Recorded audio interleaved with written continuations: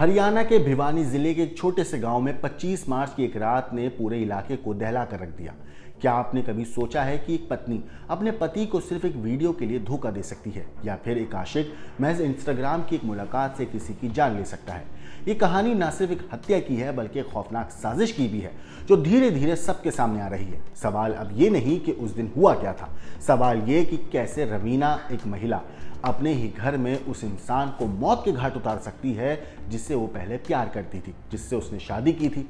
एक ऐसा पति जो दिन रात अपनी पत्नी के लिए काम करता था, जो अपने 6 साल के बेटे के लिए उसका आदर्श था। उसकी जान से ज्यादा उसे वो प्यार करने लगा था। लेकिन क्या होता जब वो पति उसी पत्नी को रंगे हाथ पकड़ लेता है जिससे वो सब कुछ मानता था? वो अपने बॉयफ्रेंड की बाहों में थी। ये कहानी एक इंस्टाग्राम के पोस्ट से शुरू होती है और खत्म होती है खून से सनी सड़क पर।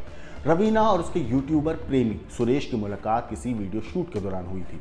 एक साधारण सा मिलन जो आगे चलकर एक भयानक साजिश का रूप ले लेता है। क्या सच में वीडियो के लिए किए गए हर एक कदम में उन्हें इस राह पर धकेल दिया, या फिर ये हत्या की एक गहरी साजिश थी?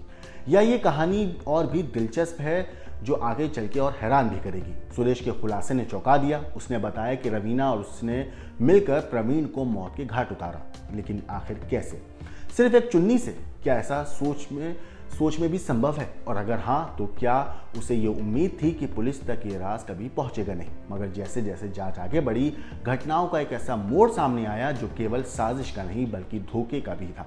क्या रवीना ने सच में अपने पति की हत्या करने की योजना बनाई थी, या फिर ये सब एक दुर्घटना के रूप में हुआ था? सुरेश का कहना है कि प्रवीण ने उन्हें रंगे हाथ पकड़ लिया था, लेकिन क्या ये सिर्फ एक बहाना था और फिर शव को ठिकाने लगाने के लिए एक खौफनाक रात में उन दोनों ने क्या किया? लेकिन क्या कहानी यहीं ख़त्म नहीं होती? नहीं, एक सीसीटीवी भी है। एक सीसीटीवी कैमरे ने वो राज खोला जो कोई सोच भी नहीं सकता था। एक संदिग्ध बाइक दिखी, एक हेलमेट पहने हुए आदमी और पीछे बैठी रवीना, जिनके बीच में एक ठंडा पड़ा शरीर था। क्या यही वो क्षण था जब रवीना ने अपने पति की हत्या के बाद उस लाश को ड्रेन में फेंक दिया, या फिर 2 घंटे बाद वो उसी बाइक पर वापस घर लौट आई, इस बार बिना लाश के? अब जब ये राज खुल चुका है तो क्या रवीना और उसके प्रेमी सुरेश को सजा मिलेगी? क्या उस मासूम बेटे मुकुल को भी अपने पिता का प्यार वापस मिलेगा? या क्या उस इलाके में जहां एक वक्त तक ये परिवार खुशहाल था, अब वहां फिर कभी भी पहले जैसा वो परिवार रह पाएगा? ये कहानी है साजिश की, विश्वासघात की और एक हत्या की, जो अपने पीछे कई सवाल छोड़ गई है। क्या रवीना को कभी अपने गलती का एहसास होगा? और क्या पुलिस इन सभी राजों को एक एक करके उजागर करेगी? ये तो वक्त बताएगा, लेकिन वीडियो को आखिर तक जरूर देखिएगा क्योंकि कहानी आपको हैरान कर देगी। ये कहानी मेरठ के सौरभ और मुस्कान कांड से भी ज्यादा भयानक है। नमस्कार दोस्तों, मेरा नाम है मोहम्मद। भिवानी में एक चौंकाने वाली घटना सामने आई, जहां एक महिला ने अपने यूट्यूबर प्रेमी के साथ मिलकर अपने पति की हत्या कर दी। जैसे जैसे जांच आगे बढ़ रही है, रवीना और उसके आशिक सुरेश की साजिश की पूरी कहानी सामने आ रही है। पुलिस पूछताछ में सुरेश ने कई अहम खुलासे किए हैं। उसने बताया कि रवीना से उसकी पहली मुलाकात इंस्टाग्राम पे हुई थी। इसके बाद दोनों ने मिलकर वीडियो बनाने शुरू किए। ये सिलसिला करीब 1.5 साल तक चलता रहा, लेकिन रवीना के पति प्रवीण को कुछ वक्त बाद इस बारे में पता चल गया। हत्या वाले दिन प्रवीण ने रंगे हाथों दोनों को उसके ही घर पर पकड़ लिया था। फिर रवीना और सुरेश के पास प्रवीण को मारने के अलावा कोई और रास्ता नहीं बचा था। सुरेश ने बताया कि दोनों ने पहले दुपट्टे से प्रवीण का गला घोटा, क्योंकि हत्या दिन में की गई थी। लाश को ठिकाने लगाने के लिए उन्होंने रात तक का इंतजार किया। फिर प्रवीण की लाश को बाइक पर बिठाया 6 किलोमीटर दूर दिनोद रोड के ड्रेन में फेंक दिया। प्रवीण की लाश मिलने के बाद उसके परिवार को यकीन नहीं हो रहा था कि वो वहां पर क्या करने गया था।